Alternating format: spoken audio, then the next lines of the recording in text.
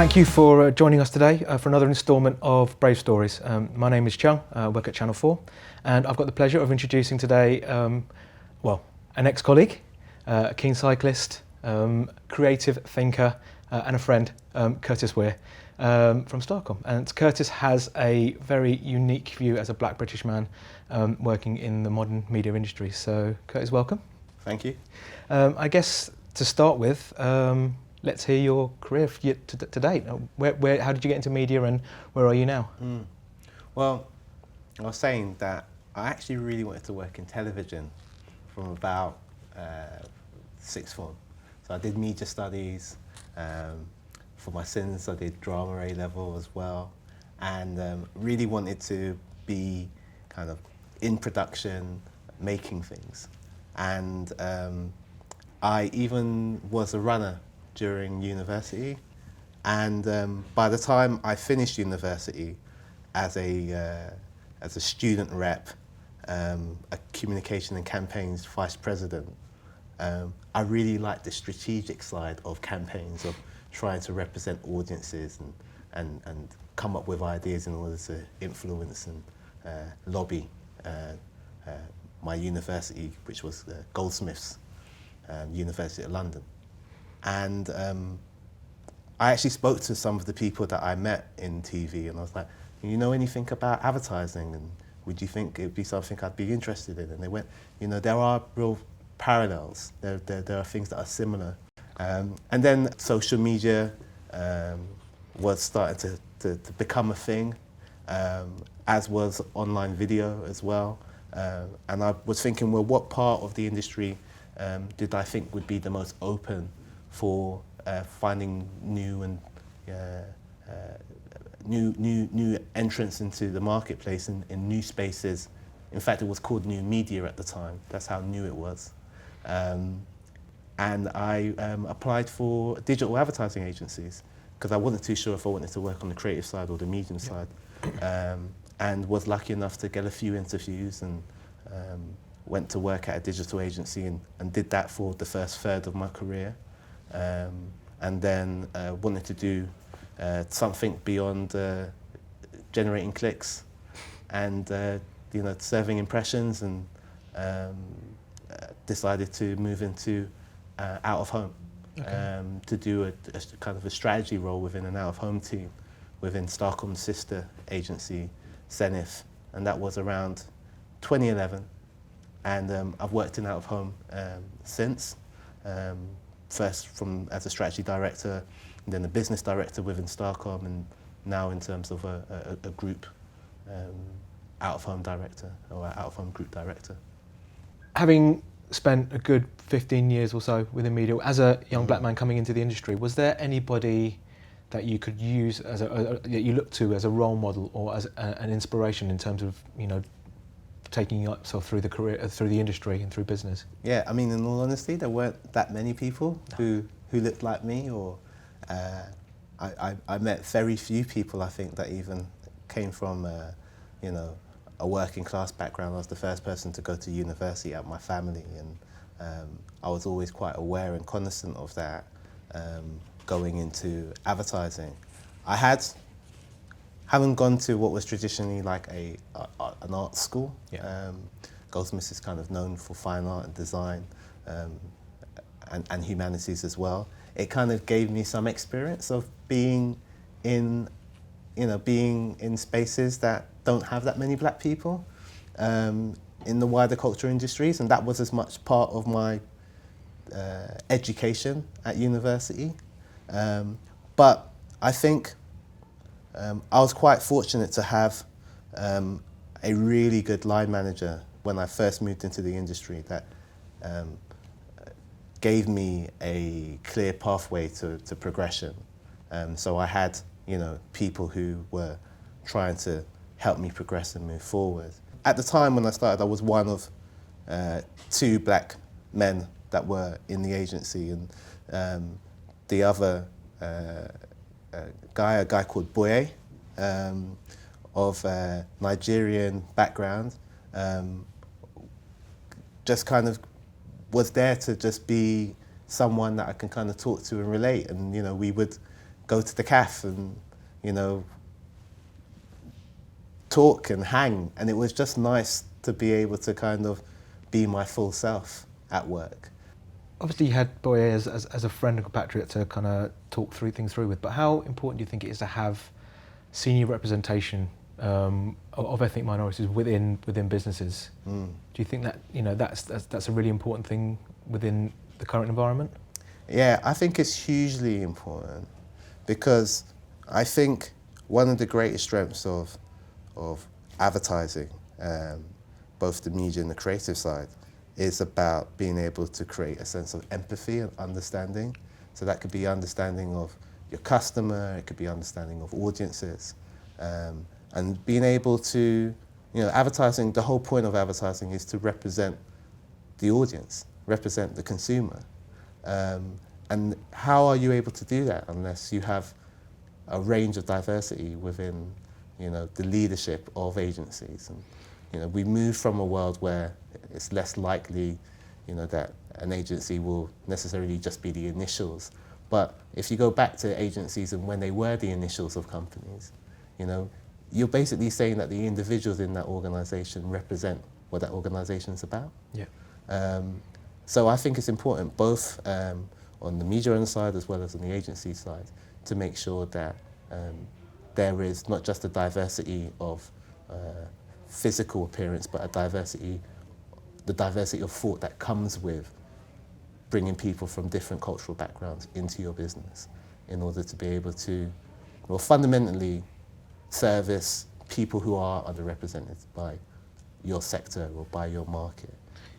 So last year, the AA All-In Census noted that 3%, only 3% of the industry identified themselves as from a black background. And worryingly, a third of those are looking for a way out of the media industry. What's your thoughts on that, and how, you know, how does that ring true for your experiences? It's a pretty horrific stat.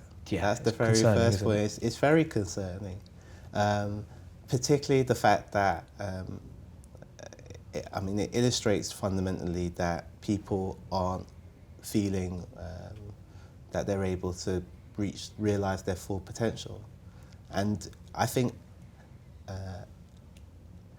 well, you know, more than any other sector, the creative industries are about trying to generate growth. And I think that's both in terms of business's bottom line, but also I think that's in terms of human potential. And if we're not realising that human potential, an interesting question would be, where is that human potential going? You know, are they starting businesses in themselves in order to be able to feel that they can maximise their experience because it's not being fully utilised? Are they moving into other sectors? I recently was at an industry event, and the panellists who were talking about their experience of being ethnic minorities within advertising and marketing mentioned that they are going to move to client-side roles where they felt that there was more progression and more opportunity for growth. So if we don't retain this talent into our business and help them flourish and nurture, then there's a strong chance they might be our clients moving forward.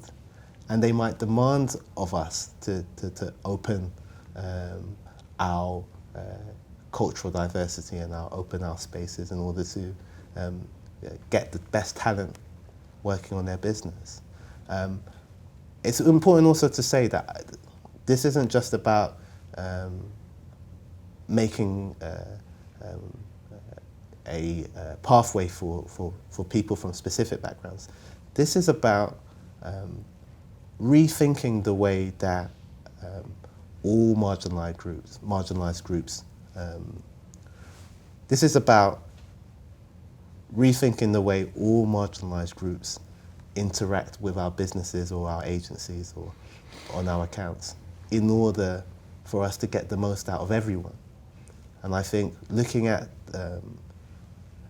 the experiences of individuals that are typically on the periphery give us the best viewpoint to be able to look at the bigger picture in terms of how a team or an agency is working in the first place, in order to be able to capitalise on everyone. So with that in mind, are there any brands or businesses that you think are doing that well? Either big businesses that are well known, or those that you are that you follow or you focus on, and you chart their journey? I think management consultancies have done a fairly good job in terms of promoting diversity and inclusion, because they have a focus, I guess, more than any other sector in intellectual capital.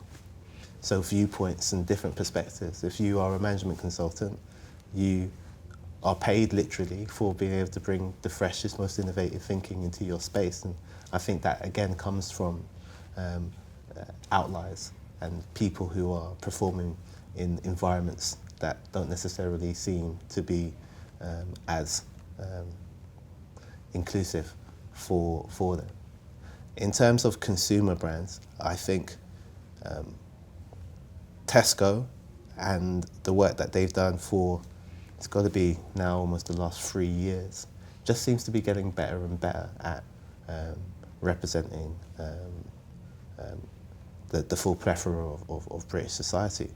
And I think, the performance that's happened, or the performance that's generated in terms of business growth, has meant that, some of their competitors are also now moving into communicating in more pluralistic ways. Channel 4, not just because you've welcomed me here, but I think Channel 4 are the absolute vanguard in terms of representing a widening group of their audience and trying to reflect their stories. And they have done. It's always been part of the DNA of Channel 4. I remember the work that was done on tribes, and actually the bravery that it took to see something that was really popular within the advertising industry and say, we're actually now going to sunset that because we feel that the world's moved on, and to constantly be looking at evolving in order to stay in that leadership position when it comes to communities is quite admirable, actually. I appreciate it. I can't take personal thanks for that, but I'll pass it on to the Sure, team. please. But no, appreciate that. The work, I think Channel 4 very much strives to make sure that everyone is included. After all, we're all together different, as Channel 4 would say.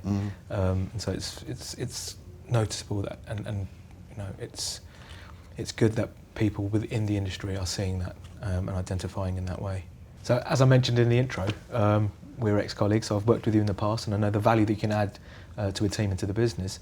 But has there ever been a time in your working career where that you felt that hasn't been the case? So it's widely said how London-centric advertising is. And the truth of it is, it's only very London-centric if you're talking about Clapham and Tooting. It's very southwest London-centric. I'm from London. I love a media blazer. Love a media blazer, nice pair of brogues, big turn up on your jeans.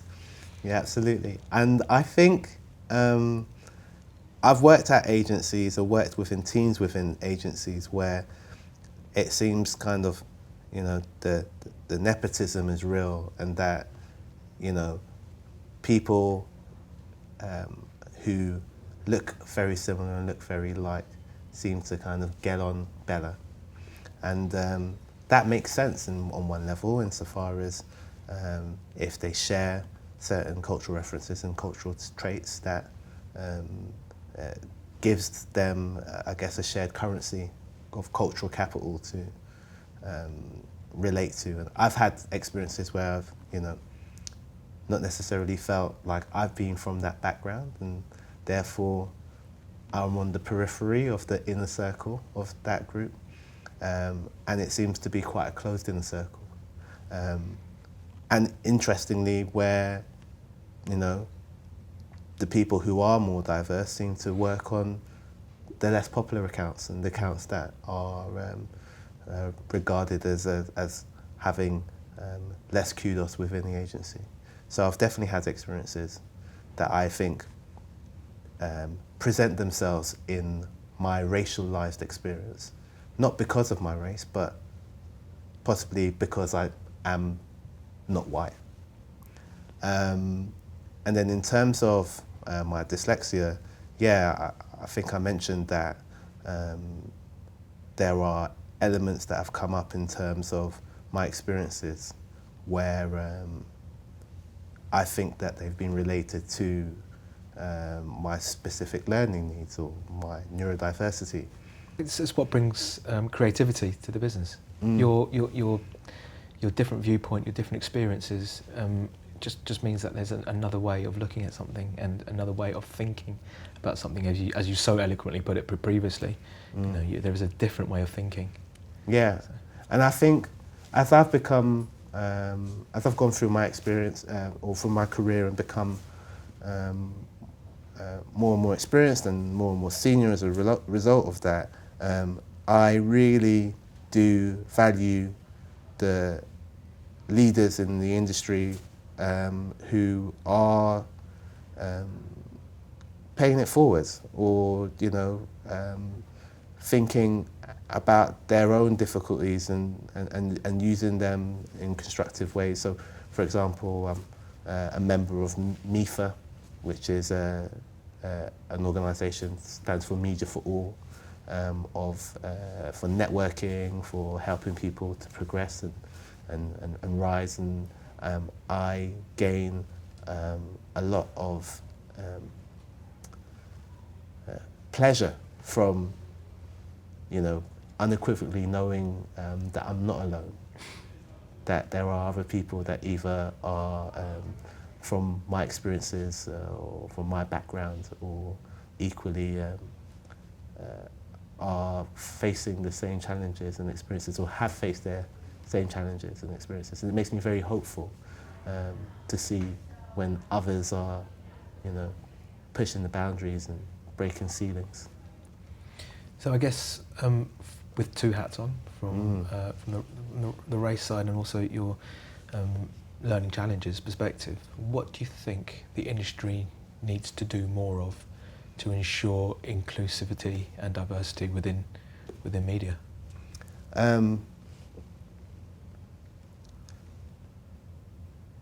think there needs to be a lot more show and a lot less tell, right? So I think finding demonstrable ways to show that you appreciate the talents and that you support people in their challenges is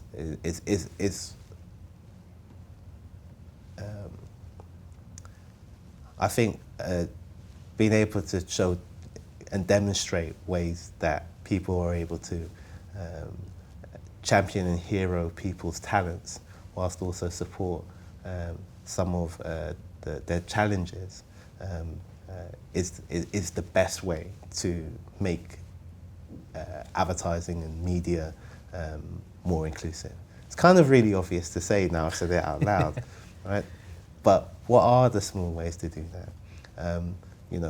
It's not just about trying to wait until appraisal season within your agencies or within your businesses, but actually to fundamentally see our space as a space where people can grow and flourish. There is a high propensity of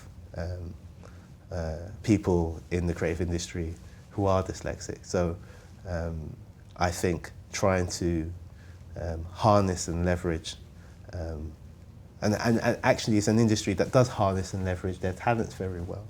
But I think it goes back to what I said, I guess, about my experiences in education. It's not just about surviving, but it's about helping those people to thrive. Yeah. And I think the best way to do that is by acknowledging and accepting the fact that they have specific needs.